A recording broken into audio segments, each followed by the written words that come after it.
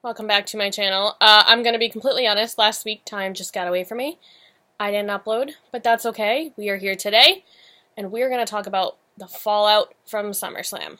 So we had quite a few new champions crowned at SummerSlam, which really is going to affect the future of WWE. Both women's titles changed hands, with Charlotte becoming a 7-time champion on the main roster, or in her WWE career, sorry. Defeating Carmella and Becky Lynch. Now, I'm not a fan of Charlotte, but, I mean, she's been, 2012, 6, if that? We'll say less than 7 years, been wrestling, and has 7 title reigns.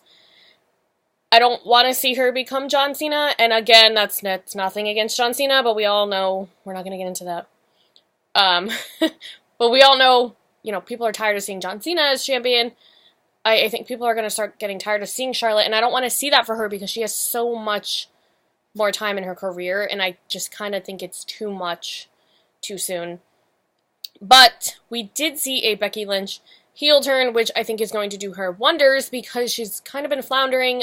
She was the inaugural SmackDown Women's Champion, but has really been floundering for the past 2 years, so I think this new direction for her is going to be great. I am excited and cannot wait to see, and of course, who doesn't want to see Becky Lynch versus Charlotte? Those two can put on a clinic. Now, over on Raw, we had Ronda Rousey winning her first championship in WWE. Again, somebody who I think is peaking a little too early.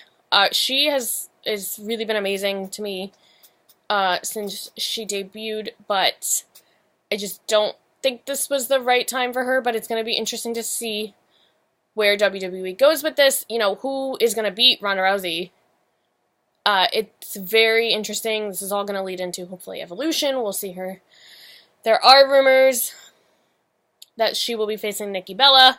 Now, I'm a Bella Twin fan, and don't get me wrong, Nikki Bella, I hope, is at Evolution. I just don't think that is the right match for her, but again, we're going to have to wait and see because I don't know who can really take on Ronda Rousey. We also had a new Universal Champion. Finally, Brock Lesnar is no longer your champion. I think he's done with WWE. I don't really know.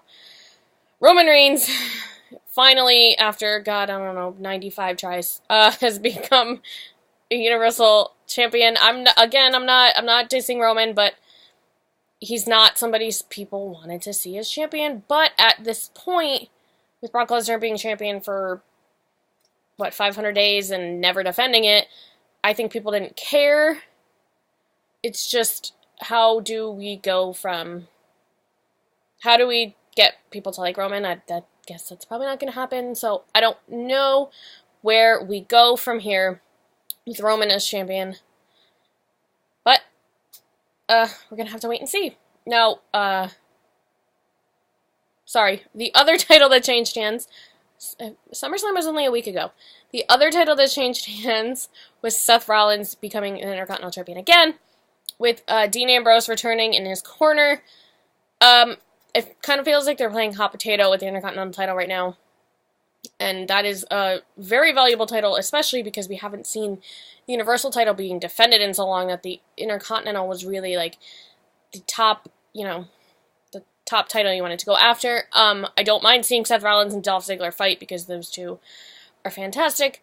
But I think a lot of people expected Dean Ambrose to turn on Seth Rollins, which did not happen.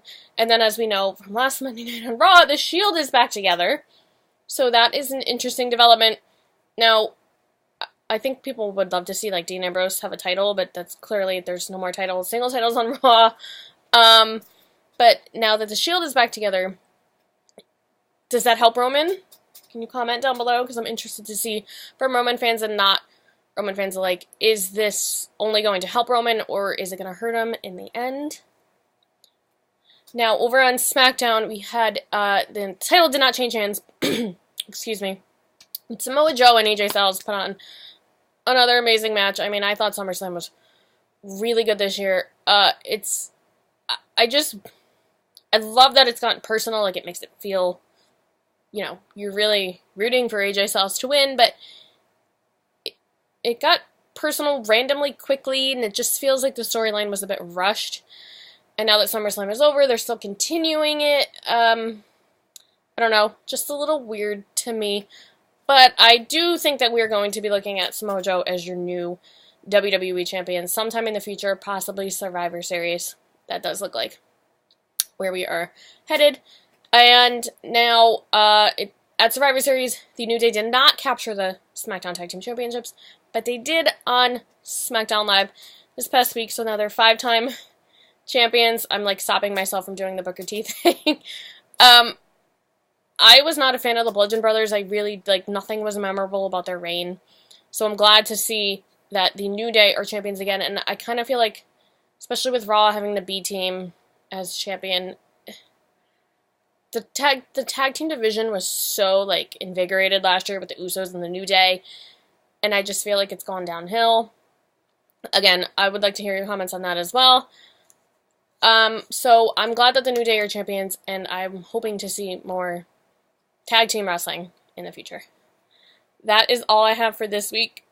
If you disagree, agree, want to talk, anything, comment down below, subscribe to everything, and I will see you next week.